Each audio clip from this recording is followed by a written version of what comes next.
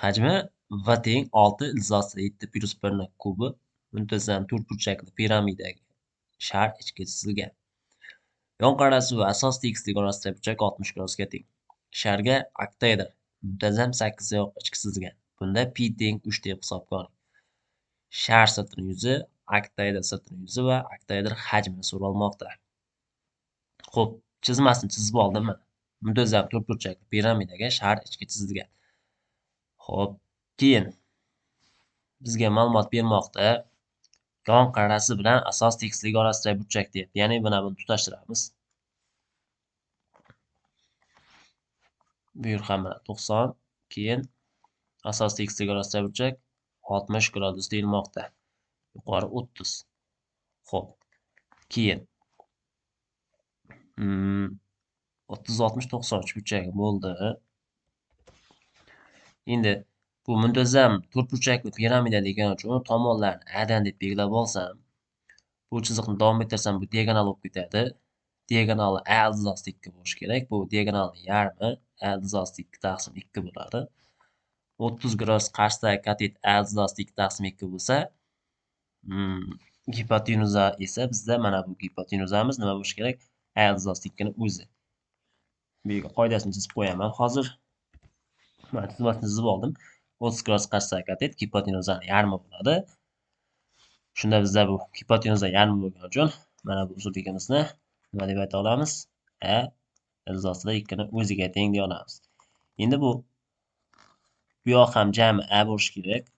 Bu A taqsim 2 ga bo'lingan mana A taqsim 2. Bu yon yoqning balandligi. Shu yerdan Pifagor teoremasidan foydalanadigan bo'lsak, mana bu qizil chiziq bilan chizilgan balandlikni aniqlab olsak bo'ladi. Xo'p, shunda yozaman. H kvadrat qo'shaman.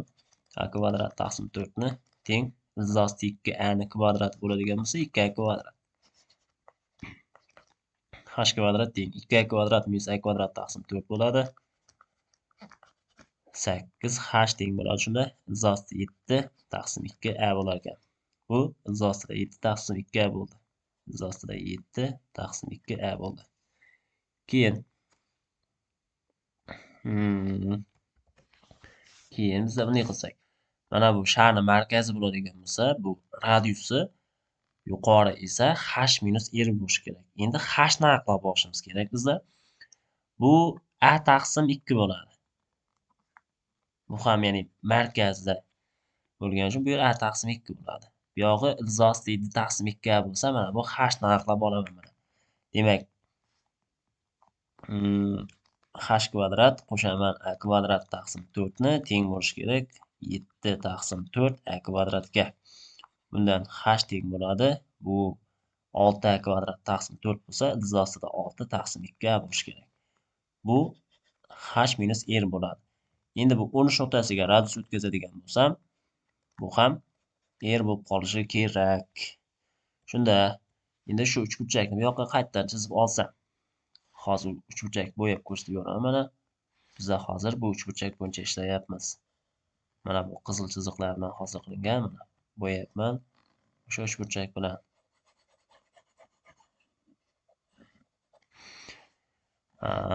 Demak, shunda uchburchakni bu yoqqa qaytadan chizib oladigan bo'lsam, mana chizib oldim. Endi bizda bu yerni alfa desak, bu yer beta, mana teta bo'lsin, alfa teta 90 bo'lsa alfa, bu yer 90 yana teta. Ya'ni ikkita uchburchaklar o'xshash bo'ldi mana. Endi uchburchaklar o'xshash bo'lgandan keyin r ni h minus r ga nisbati deymiz mana. R ning h minusdan r ga nisbati teng deymiz. Bu tomon bizda A taqsim 2 edi. Bu tomonimiz H. Bizda hozir teta burchak yonidagi katetni gipotenuzaga bo'ldim. Endi katta uchburchakdan ham shunday qilaman. Teta burchak yonidagi katet A taqsim 2 bo'laman gipotenuzaga. A ildiz 7 taqsim 2 ga. Bundan ikkilar qisqaradi, Alar qisqaradi. R taqsim H minus R teng bo'ladi.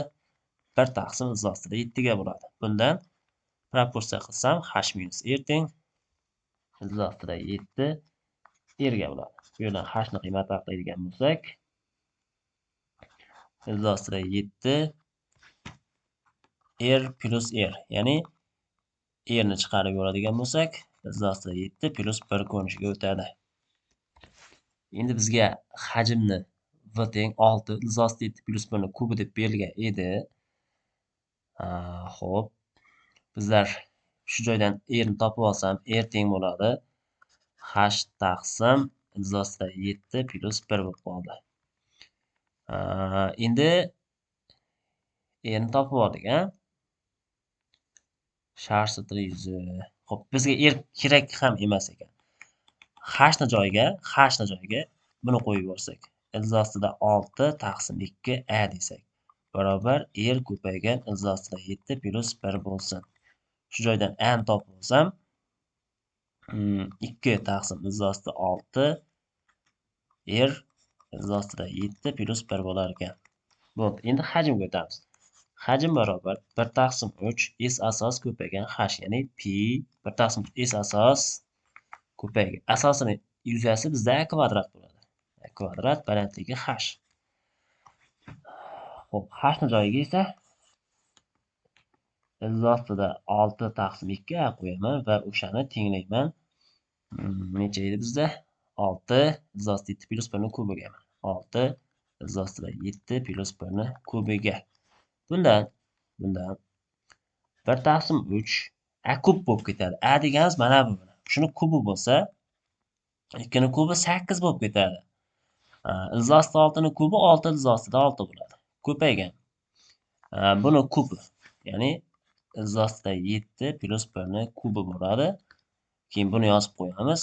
Iz ostida 6 taqsim 2 barobar 6 iz ostida 7 plus 1 ni kubiga. Endi bizda bular qisqarib ketadi. Iz ostida 7 plus 1 ni kublari qisqarib ketadi. Keyin bu iz ostida 6lar ham qisqarib ketyapti bu yerda. Xo'p, 8 bilan 2 qisqaryapti 4. 4 bilan bu yerdagi 6 qisqaryapti 3, 2, bu 2 bilan bu 6 qisqaryapti. Bu yerda yana 3 qoldi. Shunda bu yerda yana r kub ham qolib ketdi, menimcha. Ha, to'g'ri. Mana r bor edi, r kubni yozmay ketibman. Mana bu r kub ham bor. R kub barobar deymiz. Bu 3, 3 9 bo'ldi. Bu 3 bilan ko'payib 27 bo'ladi.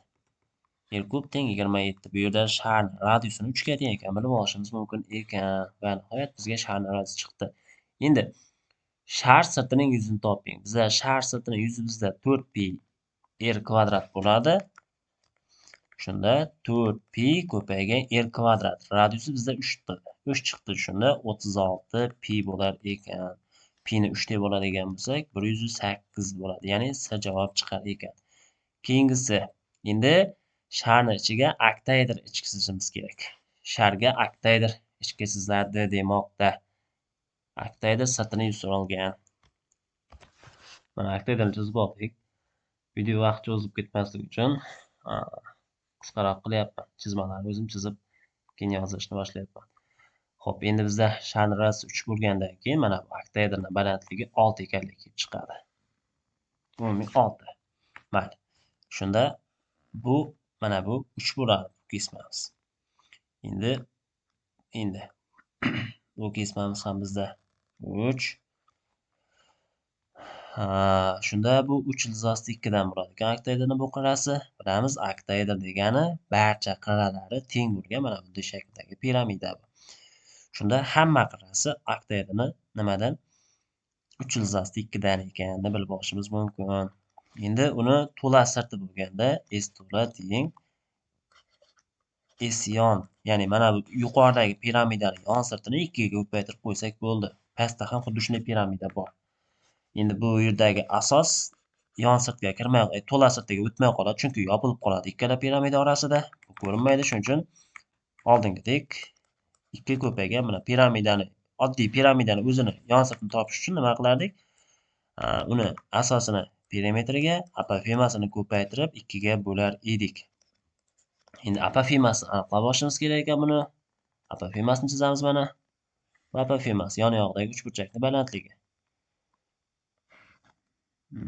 Endi uni aniqlashimiz uchun bizga bu yer tomon 3 iz ostida 2 bo'ladigan bo'lsa, 3 iz ostida 2 ning yarmi bo'ladi bu uchburchak. Shu uchburchak bu yoqqa chizib olaman mana. apofema bo'yicha hosil qilgan uchburchak bu yoqqa chizib oldim. Ya'ni qanday bo'lyapti bizda? Bu 3 bo'lyapti. Bu 3 ilzosida 2 taqsim 2 bo'lyapti. Bu apofema bo'lyapti. Shu yerda apofemani qidiramiz. F kvadrat teng 9 plus 9 taqsim 2. Bundan 2 dan bersak 18 27. Demak, F deganimiz 3 ilzosida 3 taqsim ilzosida 2 bo'lyapti. Shunda 2 ko'paygan. Perimetr deganimiz 4 3 12 ilzosida 2 bo'ladi ekan. Apofemamiz deganimiz 3 ilzosida 3 taqsim ilzosida 2 bo'lamiz 2 ga. Shunda bu ikkilar qisqarib ketadi, ilzosidagilar qisqarib ketadi. 36 ilzosida 3 degan javob bo'lar ekan. 36 ilzosida 3. I javob bo'ladi. Oktayder sirtning yuzasi 36 ilzosida 3. Endi oktayder hajmini toping. Endi hajmga keladigan bo'lsak, v teng ikkita piramida. Yuqorida piramida hajmi 2 ko'paytiramiz. 2 ko'paygan. 1 taqsim 3 piramida hajmi S asos. Asosining yuzasi 3 ilzosida 2 ni kvadrat bo'ladi. Asos ham kvadratdek bo'ladi. Balandligi 3 bo'lib turibdi. Shunda 2 1 taqsim 3 lar qisqaradi. Bular 18 bo'ladi. 2 18 36 ni o'zi. Javobi 36 ni o'zi chiqishi kerak ekan. 36 ni o'zi. Ya'ni A javob bo'lar ekan. E'tiboringiz uchun rahmat.